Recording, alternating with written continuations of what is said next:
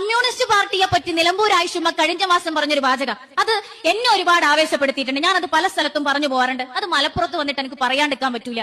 എല്ലാ മാധ്യമങ്ങളും അൻവറിന്റെ പൊരേന്റെ മുമ്പിൽ എത്തുന്ന ഒരു സമയം ഉണ്ടായിരുന്നു. അൻവർക്ക് എന്തേലും പറയാനുണ്ടോ നിങ്ങൾക്ക് ഇന്ന് ഓരോ 5 മിനിറ്റിലും ചോദിച്ചുകൊണ്ടിരിക്കുന്ന ഒരു സമയം ഉണ്ടായിരുന്നു. ആ സമയത്താണ് നിലമ്പൂർ ആയിഷുമ്മ അൻവർഖാന്റെ വീട്ടിൽ പോയ വാർത്ത വരുന്നത്. ഇപ്പൊ ഞാനൊക്കെ എന്റെ വീട്ടിലൊക്കെ കമ്മ്യൂണിസ്റ്റ്, എന്റെ അച്ഛനൊക്കെ ലോക്കൽ കമ്മിറ്റി അംഗൊക്കെയാ. ആകെ ബേജാറായി, നാട്ടിലാകെ ബേജാറായി. ആയിഷുമ്മ അൻവറിനെ കാണാൻ വേണ്ടി പോകുന്നു. ഒരു ബേജാറുണ്ടാകുമല്ലോ നാട്ടില്. എന്താ ഇപ്പൊ പറ്റിയത്, പാർട്ടിക്ക് തെറ്റിയോ എന്നൊക്കെ ഞങ്ങളുടെ നാട്ടിലൊക്കെ വലിയൊരു ചർച്ചയായി. എന്താ ഇതിപ്പോ TV ചാനൽ അതിലും വലിയ അന്ത്യ ചർച്ച നടക്കാൻ തുടങ്ങിയത്. പാർട്ടിക്ക് തെറ്റി, മുതിർന്ന കമ്മ്യൂണിസ്റ്റുകാരി ആയിഷുമ്മ കൂടി ഇത് അൻവറിന്റെ കൂടെ.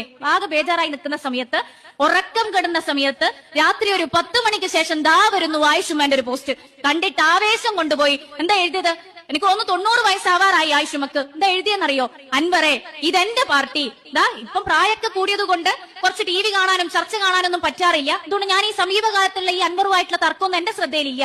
അതുകൊണ്ട് ഒരു സുഹൃത്തെന്ന തരത്തിൽ വിളിച്ചപ്പോ ഞാൻ ആ വീട്ടിലേക്ക് പോയി എന്നതല്ലാതെ ഇന്ന് നടക്കുന്ന രാഷ്ട്രീയ കാര്യവുമായി ബന്ധപ്പെട്ട് ആ സന്ദർശനത്തിന് ഒരു ബന്ധവും ഇല്ല. ഇതൊക്കെ എഴുതി വിശദീകരിച്ചിട്ട് നിലമ്പൂർ ആയിഷുമ്മേന്റെ കുറിപ്പ് അവസാനിക്കുന്ന ഒരു ഭാഗമുണ്ട്. ആ ഭാഗമാണ് എന്നെ പോലെയുള്ള യുവാക്കളെ, എന്നെ പോലെയുള്ള ഈ പാർട്ടിയിലെ പുതിയ പ്രവർത്തകരെ ആവേശം കൊള്ളിച്ചത്. എന്തറിയോ അതിങ്ങനെയായിരുന്നു, അൻവറെ ഇതെന്നെ പോലെയുള്ള സ്ത്രീകള് പട്ടിണി കടന്ന് നാടകം കളിച്ചുണ്ടാക്കിയ പാർട്ടിയാണ്, തൊടാൻ സമ്മതിക്കൂല.